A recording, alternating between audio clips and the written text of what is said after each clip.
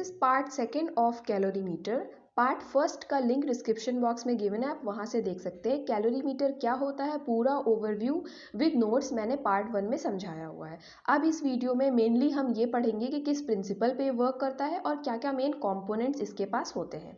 तो स्टार्ट करते हैं। मेनली कैलोरीमीटर के नोट्स आप इस तरह प्रिपेयर करिएगा कि पहले कैलोरीमीटर के बारे में पूरा ओवरव्यू पॉइंट वाइज आप लिख देंगे, फिर जो 2 लॉ मैंने बताए थे फोटोमेट्री के वो एक्सप्लेन कर देंगे, फिर आप पूरा प्रिंसिपल बताएंगे, फिर सारे कंपोनेंट्स को एक्सप्लेन करेंगे, फिर लास्ट में वर्किंग ऑफ कैलोरीमीटर बनाएंगे और एट द लास्ट आप पूरा कैलोरीमीटर का डायग्राम बना देंगे। ये सीक्वेंस है आपका आंसर करने का। इसी तरह आप एग्जाम में आंसर करेंगे और अच्छे से इलेबोरेट मेथड में लिखेंगे तो आपको बहुत अच्छे मार्क्स मिलेंगे। और डायग्राम ज़रूर बनाएं, क्योंकि जो ऐसे क्वेश्चंस आते हैं जिसमें डायग्राम पॉसिबल हो, अगर बन सकता है वैसा डायग्राम आपकी बुक में है, आपके सिलेबस में है, तो आप ज़रूर बनाएं। चाहे रफली ही बनाएं, बहुत अच्छा या बहुत नीट एंड क्लीन ना भी बन पाए, अगर आप रफली भी बनाते हैं तो अगर जिस बच्चे ने नहीं बनाया डायग्राम उसके कंपैरिजन में आपको उससे अच्छे नंबर मिलेंगे, क्योंकि डायग्राम बहुत इंपॉर्टेंट रोल प्ले करता है किसी भी आंसर में। तो एक चीज़ ध्यान रखिएगा।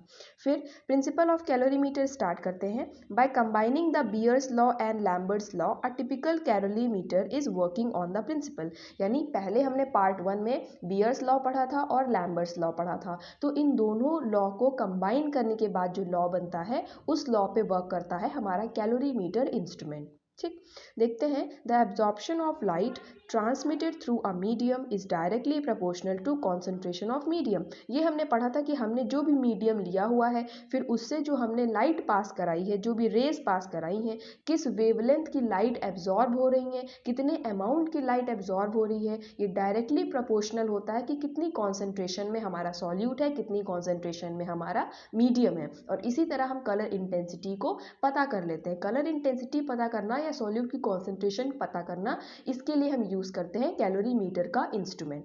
ठीक, अब देखते हैं the techniques in which calorimeter is used called calorimetry. ये भी मैंने पार्ट 1 में आपको क्लियर कर दिया था कि कैलोरीमीटर जो होता है ये इंस्ट्रूमेंट होता है, ये एक तरह का डिवाइस होता है और ये कैलोरीमेट्री प्रोसेस को मापता है। जैसे हमने किसी जिसमें हमें कोई रिएक्शन है, जिसमें हमें कलर इंटेंसिटी को पता करना है या सॉल्यूट की कॉन्सेंट्रेशन को पता करना है, तो उस प्रोसेस को हम कैलोरीमेट्री कहते हैं और जो डिवाइस यूज़ करते हैं उसे हम कैलोरीमीटर कहते हैं। ठीक, फिर देखते हैं it's measurement unit are optical density. ये भी मैंने आपको बहुत अच्छे से क्लियर कर दिया था पहले पार्ट में कि इसको मेजर करने की जो यूनिट है ये ऑप्टिकल डेंसिटी में होती है। यानी जो भी कलर इंटेंसिटी को या सॉल्यूट की कॉन्सेंट्रेशन को हम मापेंगे वो मीटर या लीटर या किसी यूनिट में नहीं होगी, वो ऑप्टिकल डेंसिटी में होगी। ये चीज़ आपको ज़रूर ध्यान रखनी है, मेन चीज़ है ये लिखना ज़रूर है आपको अपने नोट्स में कि ऑप्टिकल डेंसिटी इसकी मेजरमेंट यूनिट होती है।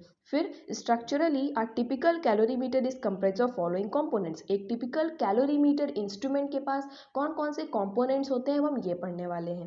पहला कंपोनेंट है लाइट सोर्स। लाइट सोर्स होता है a source of monochromatic light, usually a low voltage tungsten lamp. एक लाइट सोर्स होता है जिसमें कि मोनोक्रोमैटिक लाइट विजिबल हो और एक लो वोल्टेज का टंगस्टन लैम्प हम लोग लेते हैं। ठीक, आपको बहुत ज़्यादा डीप में समझने की कोई ज़रूरत नहीं है, ओवरव्यू समझ लीजिए जिससे कि आपको याद करने में आसानी हो और अच्छे से आप आंसर को एक्सप्लेन करके लिख सके एग्जाम में। ठीक, मोनोक्रोमैटिक लाइट कौन सी होती हैं? देखिए, क्रोमैटिक लाइट्स वो होती हैं जैसे रेड हो गई, रेड सिग्नल डेंजर के सिग्नल को दिखाने के लिए रेड कलर का यूज़ करते हैं ना, तो रेड हो गया, ब्लू हो गया, कुछ ऐसे कलर्स हैं जिनकी लाइट की जो वेवलेंथ होती है उसमें से कोई एक वेवलेंथ जो होती है वो बहुत ही पावरफुल होती है, बहुत स्ट्रांग होती है। तो ऐसे कलर्स को हम मोनोक्रोमैटिक लाइट कहते हैं। वैसे ही डाइक्रोमैटिक लाइट भी आती है। फिर देखते हैं सेकेंड है slit. Slit is adjustable which allows only a beam of light to pass through and it prevents the unwanted light.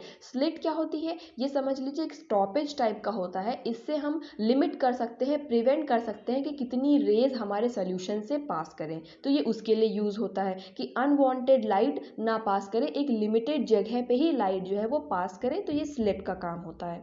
फिर है third condenser lens. Light after passing to slit fall to condenser lens which give us for condensation of light। जब light हमारी slit से पास करके आगे आती है तो कंडेंसर लेंस पड़ता है। कंडेंसर लेंस, कंडेंस देखिए इसके वर्ड में ही कंडेंस आ रहा है। कंडेंस करने का मतलब होता है इकट्ठा करना या कन्वर्ज करना। तो कंडेंसर लेंस का काम होता है लाइट रेस को कन्वर्ज करना या कंडेंस करना।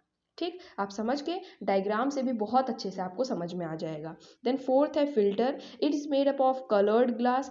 Filter are used for selecting light of narrow wavelength. अब फिल्टर भी यूज होता है। ठीक, उसके बाद लेंस के बाद फिल्टर आता है। फिल्टर में क्या होता है, हमें सेलेक्टेड वेवलेंथ जो भी चाहिए, नैरो वेवलेंथ को हम सेलेक्ट करके उसी को पास करने को देते हैं। ठीक है, वही अक्रॉस करती है। वेवलेंथ सेलेक्टर भी इसे कहते हैं। फिल्टर को हम वेवलेंथ सेलेक्टर भी कहते हैं क्योंकि फिल्टर का मेन काम होता है कि ये नैरो वेवलेंथ को पास होने देता है। तो जब नैरो वेवलेंथ को ही पास होने दे रहा है तो इसका एक नाम क्या हो जाएगा, वेवलेंथ सेलेक्टर हो जाएगा। It will absorb light of unwanted wavelength. और ये क्या करता है फिल्टर, जो अनवांटेड वेवलेंथ की लाइट होती हैं, जो हमें ज़रूरत नहीं है उस वेवलेंथ की, उन सभी को एब्जॉर्ब कर लेता है। And only allow the monochromatic light, सिर्फ मोनोक्रोमैटिक लाइट को ही पास होने देता है। ठीक, फिफ्थ है cuvette. Cuvette is also called as sample holder as it holds the sample. ये आपने अपने लैब में देखा होगा, क्यूवेट प्रेजेंट होता है। क्यूवेट एक होल्डर होता है, सैम्पल होल्डर होता है, जिससे हम अपने सैम्पल को होल्ड करके रखते हैं, पकड़ के रखते हैं। Then the monochromatic light from filter passed through the coloured solution placed in a cuvette. It is made up of glass. फिर क्या होता है, लाइट हमारी क्रॉस हो रही थी, लेंस से क्रॉस हुई, फिर फिल्टर से क्रॉस हुई। फिल्टर से क्रॉस होने के बाद फाइनली वो कलर्ड सोल्यूशन से पास होती है और जो कि क्यूवेट उसको पकड़े हुए होता है। तो ये क्यूवेट का काम होता है। ठीक, क्यूवेट हमारा ग्लास का बना हुआ होता है, कांच का। ठीक, सिक्स्थ है हमारा डिटेक्टर या photo cell. It is a photo sensitive plate.